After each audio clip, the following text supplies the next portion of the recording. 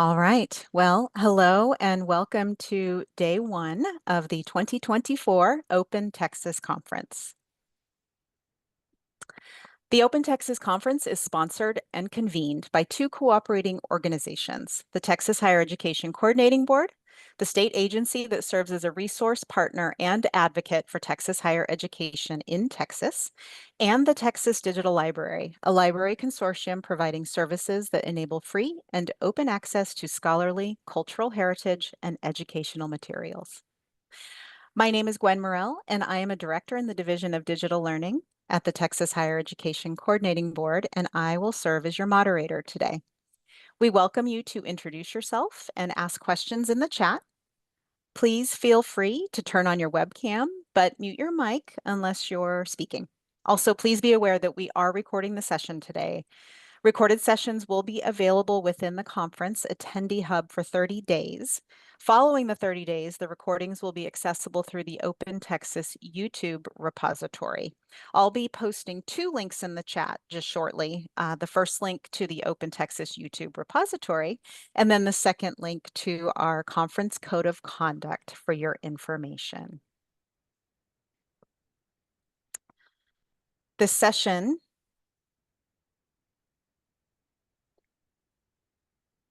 is titled Deep in the Heart of the Great OER Texas Holdem Migration. Thank you all for joining us today.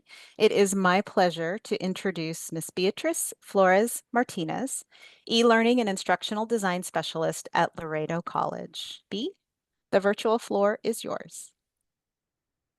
Thank you so much. It's so great to see you all today virtually. Today, we're going to deep dive into what we call the Great OER Texas Migration. I'm going to go ahead and share my screen.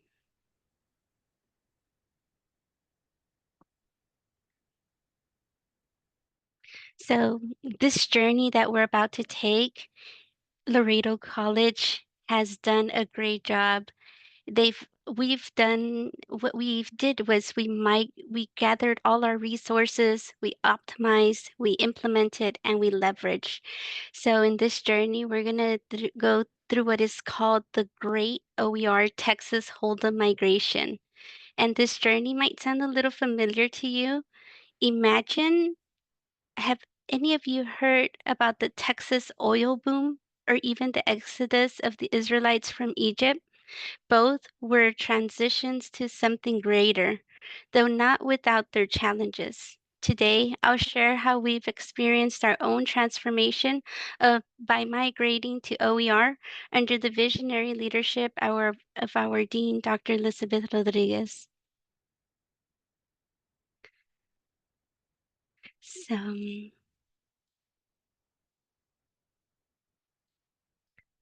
So let's start with the Texas oil boom. Just like the discovery of oil changed everything for Texas in the early 1900s, we had our own OER boom at Laredo College. The oil boom brought rapid economic growth and development. Towns turned into bustling cities overnight, but it wasn't easy. There were risks, uncertainty, and many people had to adapt to entirely new ways of working.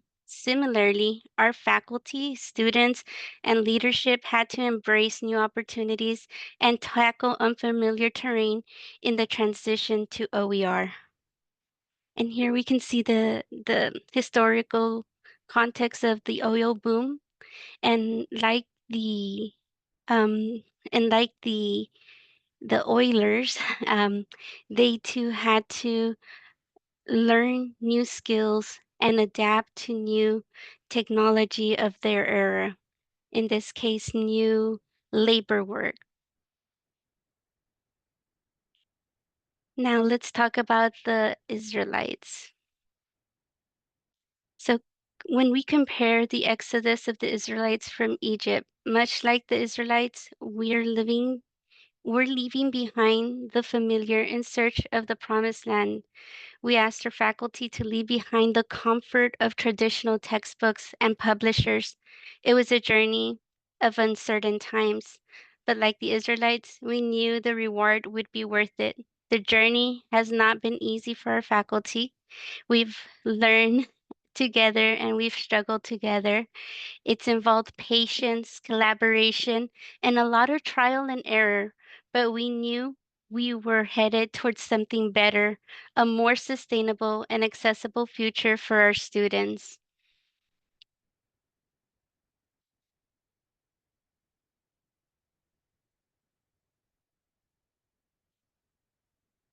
Next, we'll talk about Laredo College Great OER migration. There's been discovery, recognition of OER potential in education. There's been rapid growth. We've created so many courses and assisted in creating so many courses. It's gone exponentially. And the scalability of expanding OER integration, we've met diverse needs. Migration is a path of transformation. At a first glance, the oil boom and the exodus might have seen completely different stories, but they share a profound connection. Both migrations were of people driven by the need for something greater than themselves. The Texas migrants sought economic opportunity, the Israelites sought freedom and a covenant. Both groups faced incredible hardship, and both experienced transformation, discovery, not only in their physical surroundings, but also in their collective identity. Migration, as a universal experience, has always been a part of human story. It is about survival, hope, and ultimately transformation. In the modern world, we still see people migrating, whether fleeing war, seeking out economic opportunities, or escaping climate disasters. Migration is about seeking a better life, much like it was for the Texas oil workers and the Israelites. Now, something great has happened at Laredo College. And when we focus on sustainability, we focus on the support that our Board of Trustees, our President, Dr. Minita Ramirez, has provided for us, our VP, Provost of Academic Affairs, Dr. Maricela Rodriguez Tijerina, have all supported our initiative. It is an initiative of the college, and it's being led by our dean. And in the instance of this initiative, the OER proclamation was signed, and this was to ensure long-term viability and quality of OER. And just so you can have an idea of what the proclamation looks like, it was signed on the 14th of December. And I'm just going to read a little excerpt. It's a commitment to excellence supporting open education resources at Laredo College.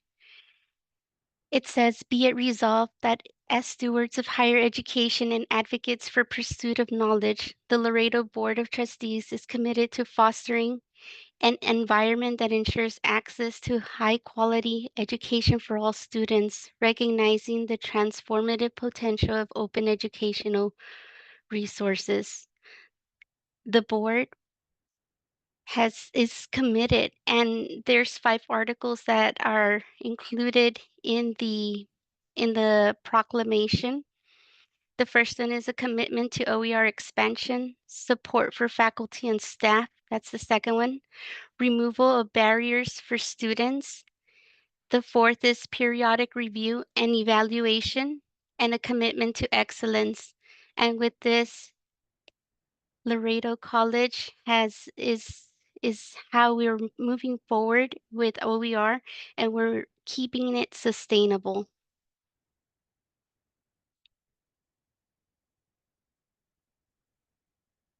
And just like every migration, there's a timeline attached. So at Laredo College, the Texas Higher Board of Education, THECV, awarded Laredo College the OER Development Grant in March of 2023. Later, on August 2023, the CETO OER branch was established, and it consists of Professor Mansinkani, who's our lead faculty, our facilitator, Ms. Michelle Peña, Perez, Professor Perez, and librarian Omelia Marin, and myself as instructional design support from eLearning. So these initiatives have been great, and through the CETA OER branch, initiatives that have taken place are that department meetings have taken place where we gathered with the faculty to ensure that they had all the necessary tools to transition to OER, as well as that they had the support that they needed and the knowledge of accessing the different OER repositories. And thus forth, in the fall, we had department meetings, and in the spring, we we had um, we had workshops, and um, this has been a great journey. And all of this began under the guidance of Dr. Elizabeth Rodriguez. And what started as as a challenge soon became an opportunity for growth. Faculty who were initially hesitant started to see the benefits of OER. Like the early oil pioneers or the Israelites, we had to figure things out along the way. We worked as the CETO OER branch and with my department, my e-learning team, to optimize, implement, and leverage resources. So you're probably thinking, why now? Why, in this case, why then? And there are two major reasons. It's about timing. The key changes and motivations behind the transition to open educational resources at Laredo College is that this transition involves several factors, particularly timing, which ties to the institutional shifts like course scheduling and alignment with broader quality standards. First, we have the implementation of the House Bill 8, which became law in June of 2023. And what this did was that legislation in Texas focused on higher education efficiency and has influenced the way courses are structured. Laredo College responded by shifting from traditional 16-week semesters to more intensive 8-week terms. This change requires flexibility in course design and materials, making OER an appealing solution. OER allows for quick adaptation to shorter courses since instructors can easily update, customize, and remix content to fit new timeframes without being tied to traditional textbook cycles. And why OER? The ability to adjust materials quickly, like I said, aligns perfectly with the needs of these 8-week courses. And then um, the second thing that happened was that also in June of 2023 last year, the QM rubric was updated from the 6th edition to the 7th edition. So Quality Matters, Laredo College we're a member of Quality Matters, and we try our best to apply the QM rubric. So the migration to OER coincided with the release of the 7th edition, which updated the standards for online course design. As Laredo College adopted these new guidelines, OER became essential in ensuring that courses met the updated criteria for alignment with learning objectives, learner interaction, and accessible materials. And this has truly impacted our course design. The 7th edition includes refined standards for instructional materials and technology that align more closely with OER principles, emphasizing accessibility, flexibility, and learner-centered design. This allowed Laredo College not only to migrate to OER, but also to ensure that all course components are integrated in a way that support both learner success and institutional goals for quality assurance. In all, the great Laredo College migration to OER was a timely response to both internal shifts from 16 weeks to 8 weeks and external updates from QM's 7th edition, ensuring that the institution remains at the forefront of educational innovation and student success.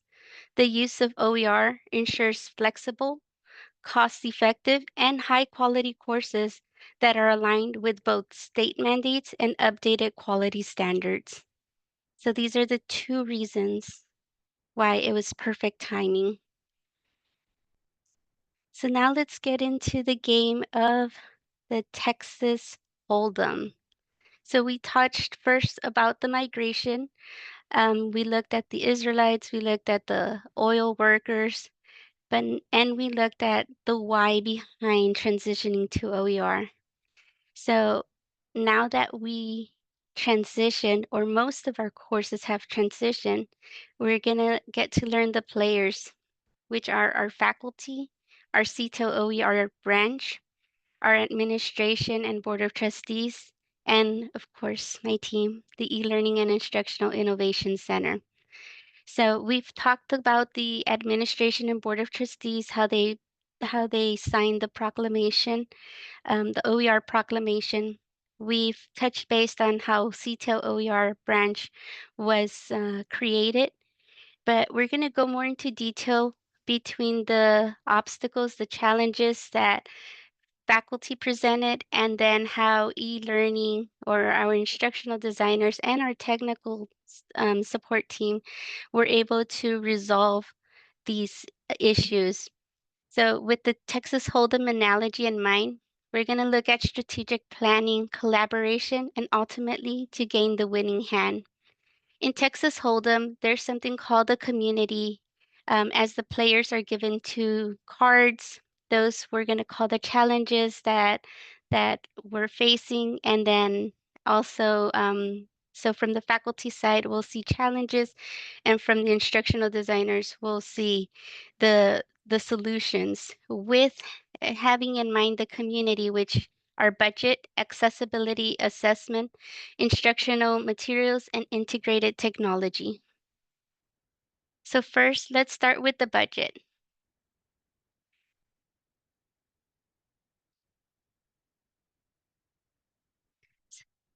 So when we think of the budget as a challenge, at first faculty were coming to us with this wish list.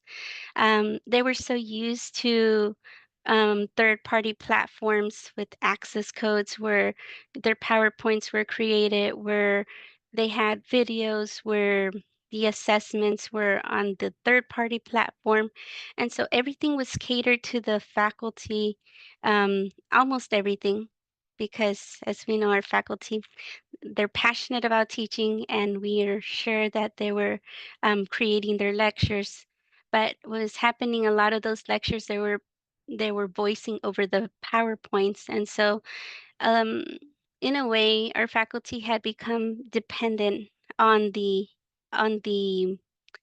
third-party platform instructional materials. So at the same time, there were these price wars going. These third-party platforms did not want to lose Laredo College as a customer, and so they kept lowering and lowering and lowering the price. I believe my lab and mastering went down to like $40 or so, and then some of the accounting third-party platforms went down to, I want to say like $20 or so. But the whole point of open educational resources is to reduce the cost and to make it affordable and accessible to all students, right? So the challenge is that the budget is set or planned for during the spring semester. And it's not till the fall semester that the board approves it and that we're able to carry out our initiatives. And so with the budget that we already had, what we had to do was optimize current resources. So that was one of our solutions. You'll notice in the following slides that um, we're going to mention optimization, implementation, and leverage. And just to go with the whole theme, they spell oil. So what we did was we optimized our resources. we're going to talk about different accessibility and assessment resources that we optimize. We also implemented and evaluated applications and external tools. And again, with the assessments, we'll look at that a little more in detail. And of course, we leveraged our OER repositories and instructor created resources, and how this comes back to the Texas Holdem game. Well, it's basically a fold and then a turn. So at this point, we could neither spend or receive money for these new technologies that faculty were excited about to get their to to implement into their courses. And so that's the budget. Let's go to the next slide. Next, we have the assessments, and we're going to look at part of these community cards in relation also to the QM standards. So why are assessments and measurement very important? Well, it meets our general standard 3 assessments, strategies that are aligned with the learning objectives and designed to measure student progress towards achieving learning outcomes. So the challenge with the assessments was that the repositories, and many of you have noticed this, the question banks are provided in Word documents. And so what is needed to be done is to convert, actually to reformat, then convert the the document into what is called a QTI file.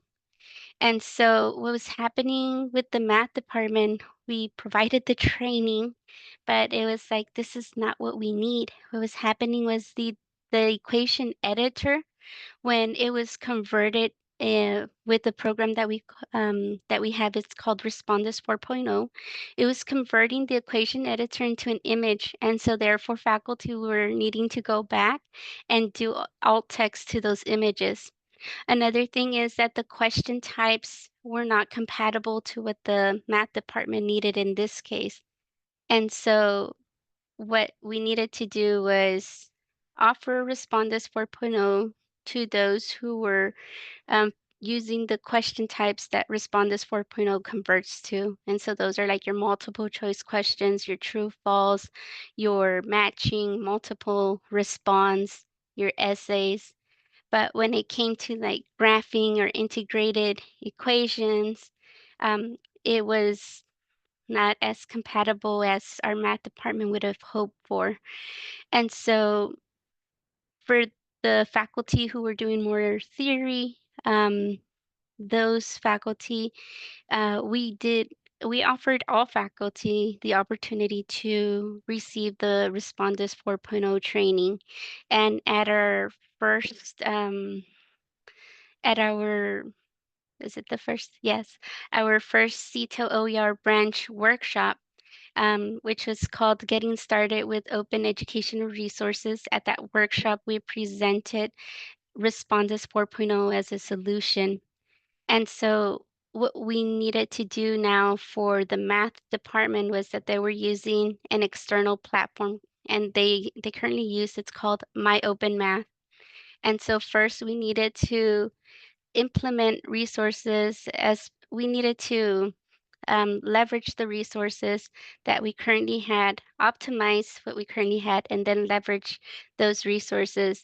And it turns out that I actually met with one of the math instructors, Mr. Contreras. He came by e-learning, and first task was to learn how to integrate My Open Math into Canvas. And then once it was integrated, we reviewed the different applications that he was using in his math course. And so there's this program that the math department used called Desmos. So what was happening in that course is that for the external tool to be used, we had to use what is called an external domain. And so Desmos had been working fine. So we had a eureka moment and we were like, hey, let's try my open math as an external domain. And so that's how we were able to leverage that resource. So now the math department, it's not perfect. And by all means, we actually met with at the last InstructureCon conference. I was able to meet with respondents and let them know all the issues our faculty were having with as far as the setup for the exam, because now they have to create a quiz and within the quiz add a question and within the question link to my open math. And in the options from respondents include what is called an external domain. So we met with respondents and we let them know for the math department, their dream solution would be that the assignments be that they be able to set up the assignments as quizzes with respondents. So at this point in Canvas, respondents lockdown browser only works with quizzes and the QTI files, the question banks that are imported. So that was the solution we were able to offer the math department. At first, it was a fold and then it became a turn. And so in Texas Hold'em, the turn is where you evaluate your hand and position and then build towards a strong finish. Okay, so let's go to the next community card. So again, when we're looking at these cards, accessibility is also a general, in QM, accessibility and usability are general standard 8. And so the course is designed to be accessible to all learners, ensuring usability and accommodating students with disabilities. So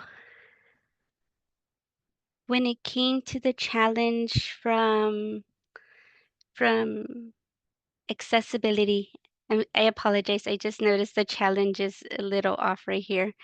Um, what happened was that with the accessibility tools, Read Speaker was our speech to text, is our text to speech technology. And so in Read Speaker, there's a button, a play button, and you play it and it'll speak what it's highlighting within the LMS, but it wasn't picking up documents and it wasn't picking up like third party resources such as, for example, we have what is called Concourse syllabus. It wasn't picking up the text to be able to read it to the students. And so if you look at this chart, in 2020, and I know it's a little bit small. Let me see if I can. In 2020 up to 2023 of August, in the second chart where you see the TextAid users. So in March of 2020, there were only 3 users, and it was consistent until August of 2023. And then on September 2023, we had 4 users. And then October 2023, we have 4 users. And then you see the spike. And today we have 1,246 users.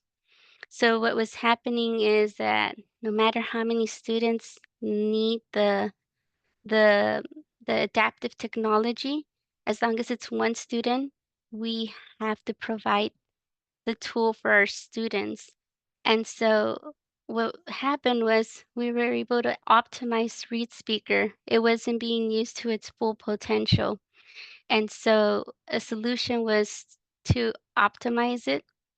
In November of 2023, last year, we at InstructureCon, we met with the representative from Read Speaker, and we informed them the difficulties that we were having, that the text to speech technology was not working at its full capacity in Canvas.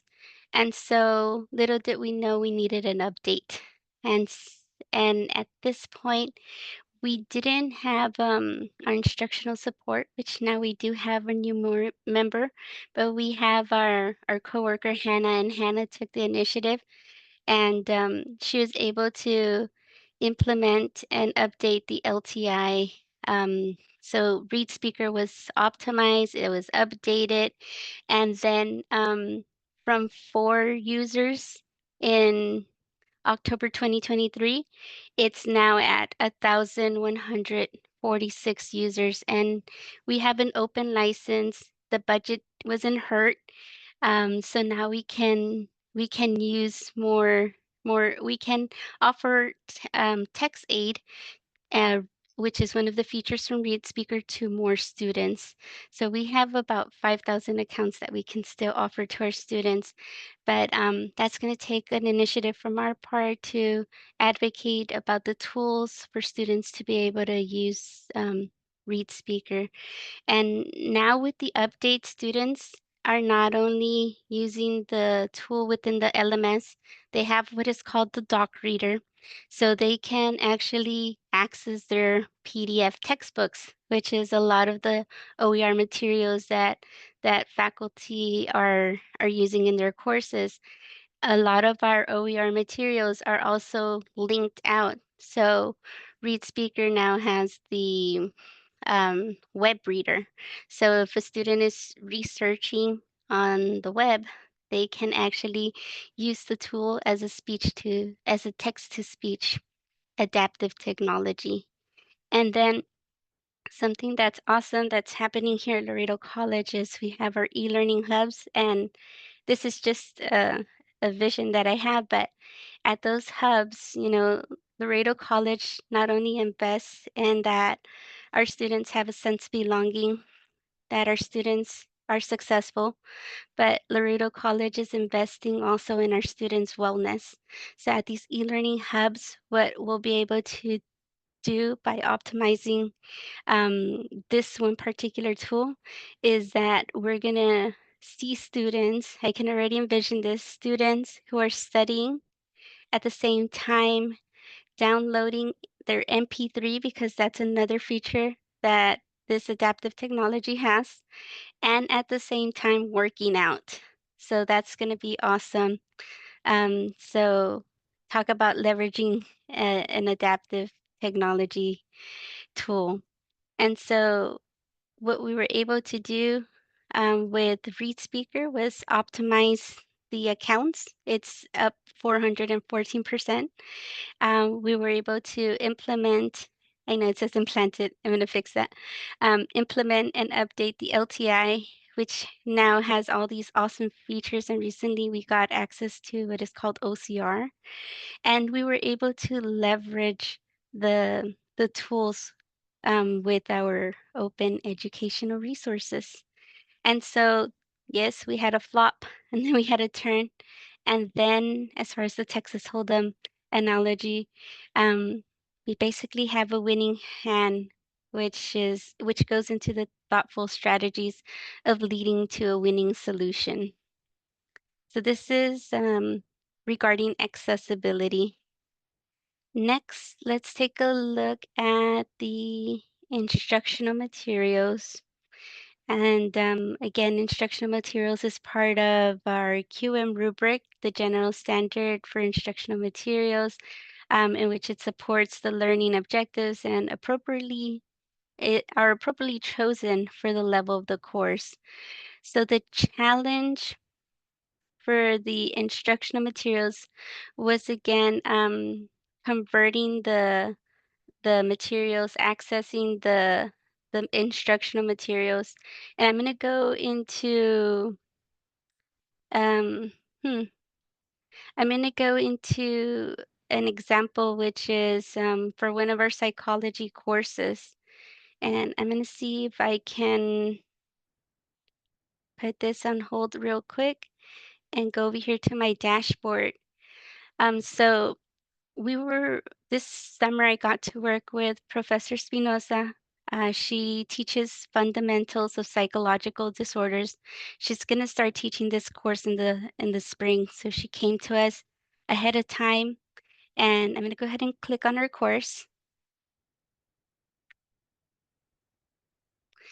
And so what we were able to do is that the author originally, with their OER materials was housed with LibreText, and it was and like a year older version.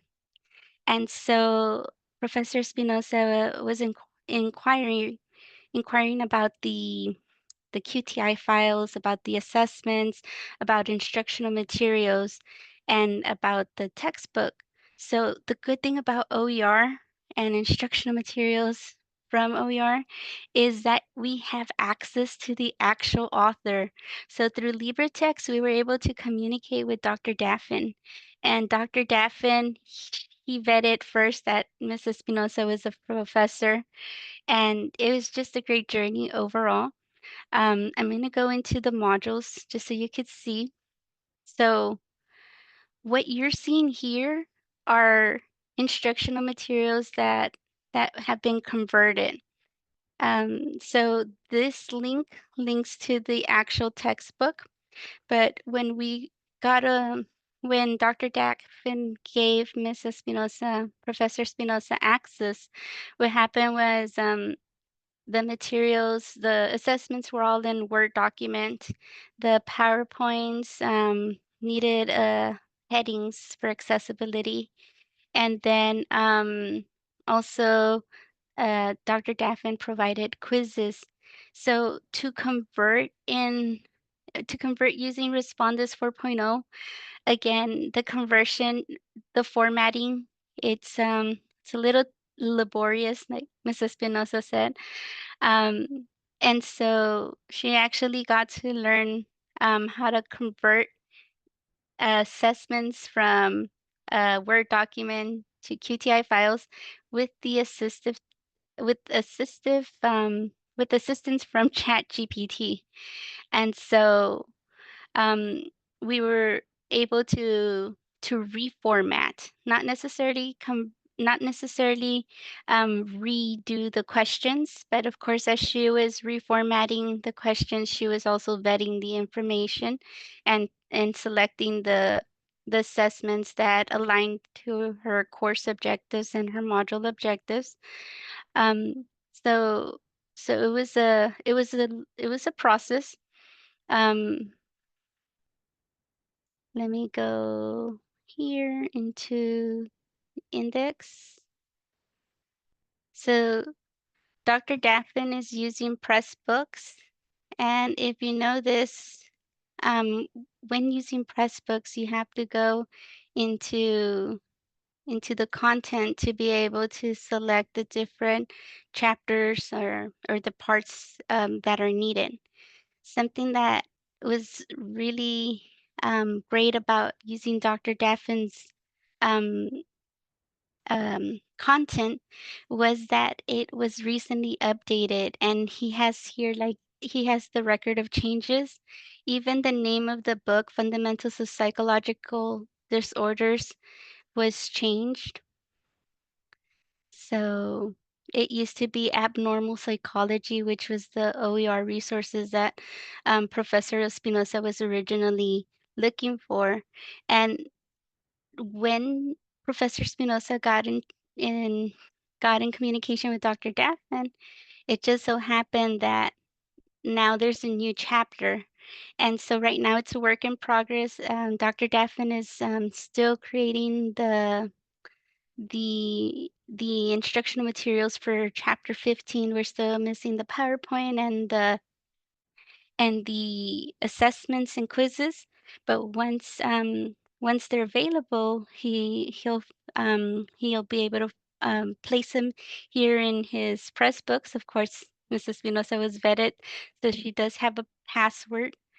And just so you could see, you have to have this password to enter into those resources.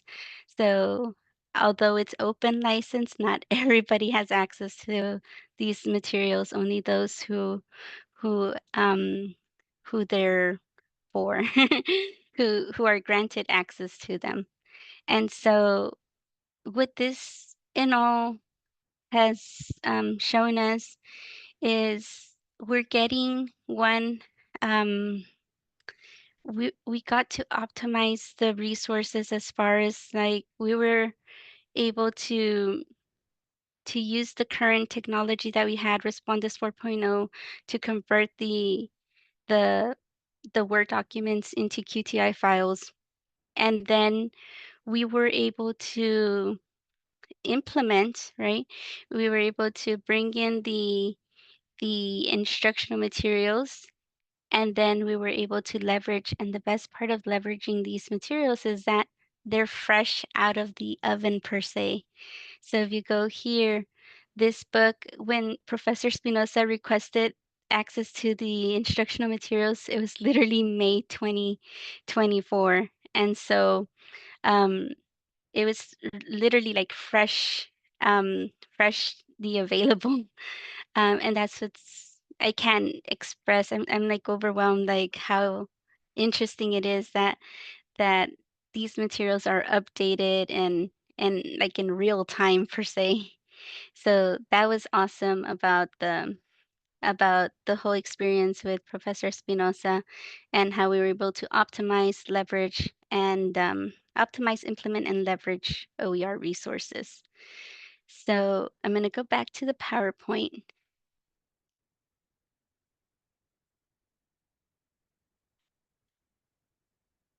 Give me one moment. So we talked about instructional materials, and now we're going to talk about the river, integrating technology. So here's where my team comes in, and here's where the whole division per se comes in.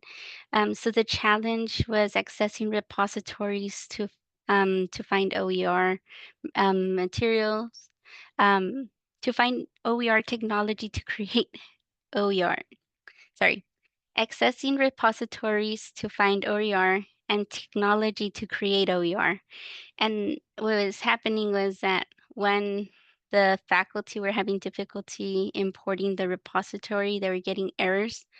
And so the errors that we're getting were with the PDFs and the IMSCC files. The good thing about using an LMS is when the courses are imported, let's say you're using Blackboard or Angel or Moodle, doesn't matter the IMS file as long as it's compatible to the file type when importing into Canvas. And so faculty were using are using OpenStax, LibreText, where these IMSCC files are provided, and basically you import the course and you have access to a pre-built course per se.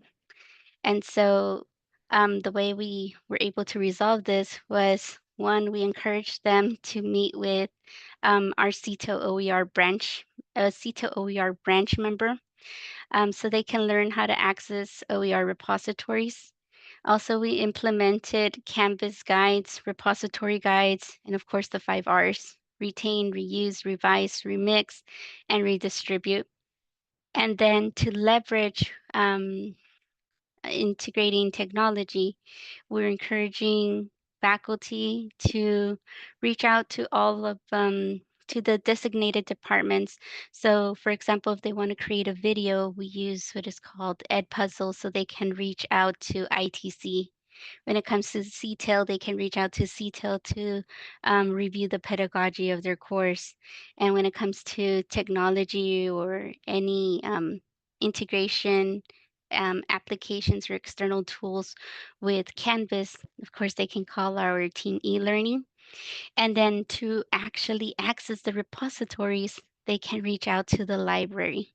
So when it comes to Texas Hold'em, the river is where the final stretch or decision point in the process is made. So these are the 5 community cards. that I wanted to go over. Um, three of these, um, mm, four of these cards are aligned with QM. In fact, the last one we just saw, it's aligned with General Standard 6, which is course technology, in which the tools and media used in the course are effectively supported, supporting learning objectives and are accessible to all learners.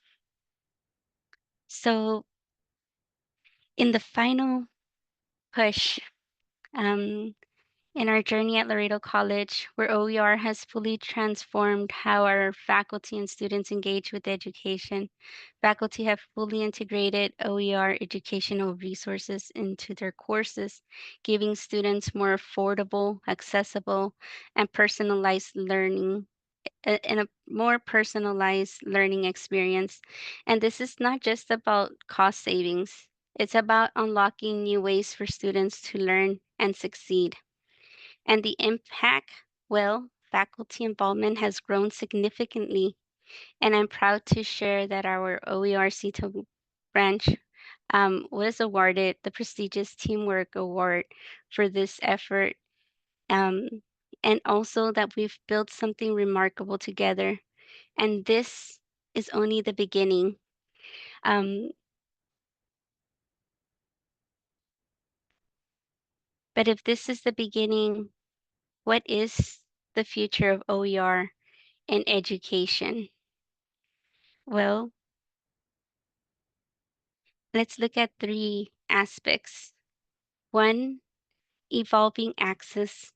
Next generation technologies. Next gen technologies are enhancing the availability of interactivity of OER, making learning more accessible than ever. Then we have personalized learning. AI-driven OER will soon adapt content to individual students' needs, creating truly personalized learning experience. And finally, global collaboration. Educators around the world are working together, creating and sharing OER to build a connected global learning community. The future of education is bright and it's powered by OER. So I do want to say some acknowledgments. Well, actually, recap what we've discussed today. So what we can learn from these, first of all, we talked about migrations, and what we can learn from the migration is that they teach us great transformation is often born out of struggle. Whether we are moving towards a better life, choosing opportunity, or seeking freedom, the journey is rarely easy, but it changes us and it changes the world. As we wrap up, I want to acknowledge the tremendous effort of our faculty. I know it hasn't been easy for them learning new technology, implementing new technology, our team going above and beyond to optimize and leverage the technology. We also want to acknowledge our CETO OER branch who has led the effort under the guidance and direction of our Dean, Dr. Elizabeth Rodriguez, and of course our Laredo College administration. Without their support, it would be impossible for this initiative to carry forward. Also, I want to acknowledge the authors and the creators of OER. They're the wealth of knowledge that they provide, the tools, the instructional materials. We're beyond grateful for everything that they are creating and everything that they are granting us to have open license to. And of course, I'd like to acknowledge my e-learning team under the direction of my supervisor, Miss Alicia Reed, who strategically um, challenges us and arranges. She organizes a lot of the initiatives that our team is carrying out, making sure that our faculty have their core shells created, which I was looking at, and there are over 260 some courses that were created just for OER. And this is not counting the ones that were um, previously requested as as a sandbox. And if these courses are being created, can you just imagine the multiple amount of money that Laredo College is saving with OER resources, and not just Laredo College, but more so our students. And I can relate to our students as looking over my transcript. And I remember that the reason why I had low grades in some of these courses were because I could not afford instructional materials. I was either sharing my books, my textbooks with a classmate. I was either requesting international versions of my textbook, which when I got them were actually in black and white. And of course, if you're taking like a marketing class, color does have meaning. Um, and so it's I can relate to our students who struggle to purchase the books, and so that's why it's important to acknowledge all those who are collaborating in the efforts of OER. So what began as a challenging shift became a growth journey, much like the oil boom or the Israelites' exodus. Again, we have optimized, implemented, and leveraged OER resources, and now we are in a more sustainable and accessible place. Whether we're talking about ancient Israelites crossing the desert or the 20th century workers rushing into Texas, we're really talking about the same thing: the power of human resilience, hope, and the drive for something greater. I invite you all to think about your own OER journey. What will you take back from today? How will you optimize, implement, and leverage OER in your own institutions? And as we navigate our own personal or collective migrations, whether it's in our careers, our relationships, or even our quest for personal growth, let's remember that the struggle is part of the transformation. It's what makes the promise of tomorrow so powerful. And last but not least, I'd like to encourage all of you to continue to support um, and adopt OER, and also, whenever you can, pay it forward with OER.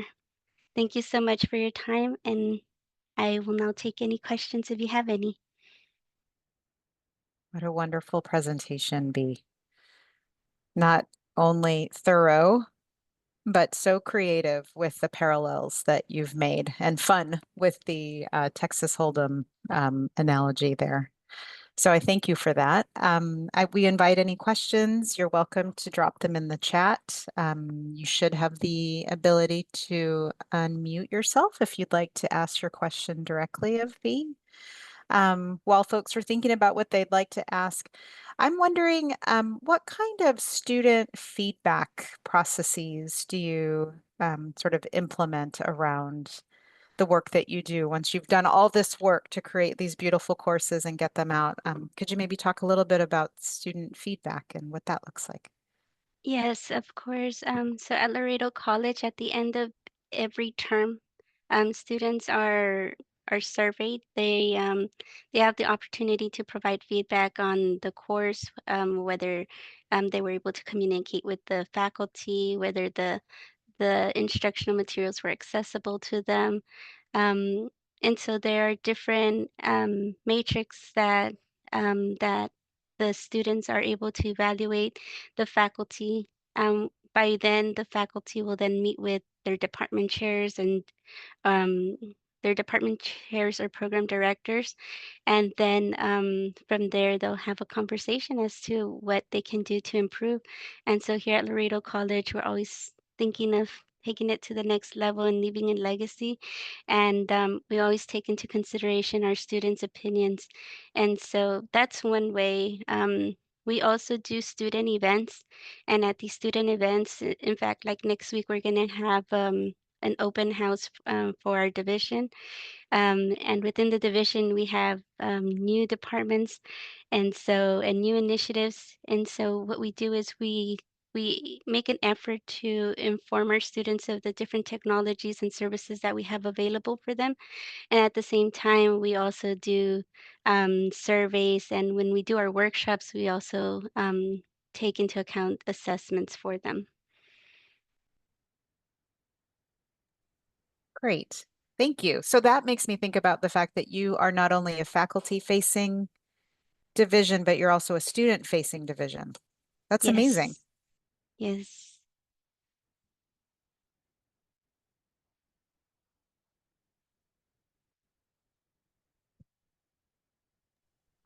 Okay, well, I don't see any questions, or let me double check, no hands up. I guess that means that was about as thorough as you could possibly share for everything that you have going on there. It's very inspirational, and we appreciate your willingness to share your presentation with us today. I will encourage everyone who is attending Open Texas to let you know that there is a discussion board called Keep on OER Talkin' Texas and Beyond. That's in the conference platform. And then we have a town hall tomorrow morning at 10 a.m. Central Time. So thank you again for being here. We have several more days of Open Texas, and we look forward to interacting and thinking deeply about OER. Thank you all. Bye-bye. Have a great Bye-bye. afternoon, and Thank I'll you see so y'all in much. the chat, in the discussion. Bye-bye. Bye.